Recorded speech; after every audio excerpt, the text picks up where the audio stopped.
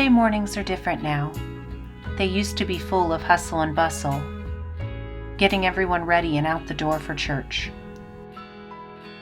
Now, with the stay-at-home order, Sunday is slower, quieter, but still full of coffee.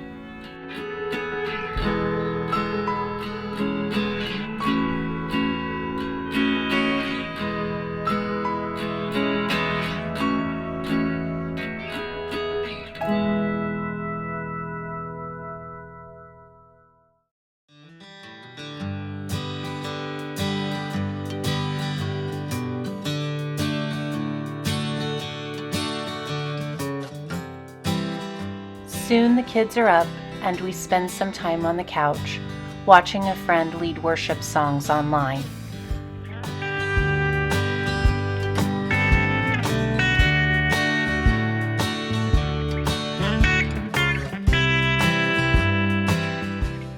We put oatmeal at the table and gather everyone around to watch our church's sermon online.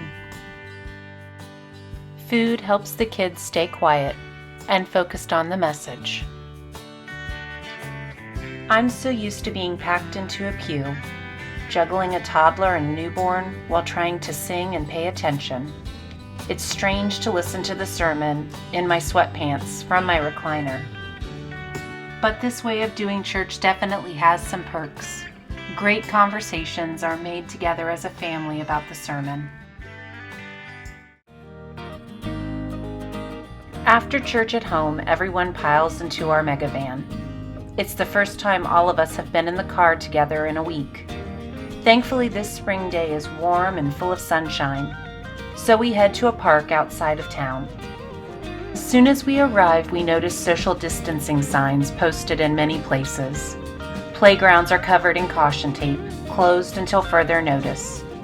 Thankfully, we warned the kids about this ahead of time, so no one was disappointed. We head down to the pond. The wind and fresh air feels wonderful.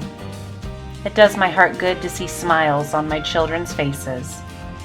The past few weeks have been hard on all of us.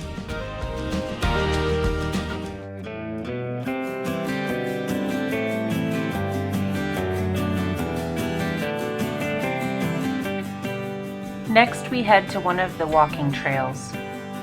The park is full of people, but everyone is keeping their distance, 6 feet apart at least. I am thankful for this, yet it feels strange. We smile and say hello to people as they pass. It's obvious that we are all happy to be out of the house. But things are different now, and it's difficult not knowing when things will go back to normal.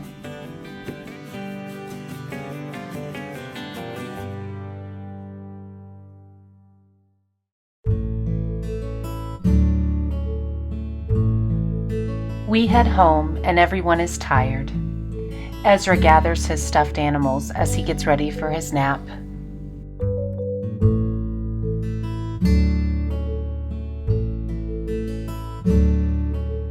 I tune in at 2 p.m. for my daily update from Governor DeWine.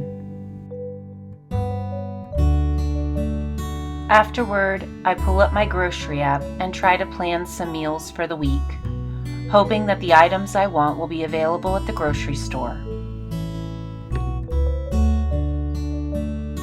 I also pull out my teacher's guide and glance through what our school week will look like. Meanwhile, the big kids work on some coloring pages and cards for some local nursing home residents. I go ahead and get a jump on dinner. Normally Sunday nights are busy and we have frozen pizza, but since we have more time on our hands, I thought I would go ahead and make homemade.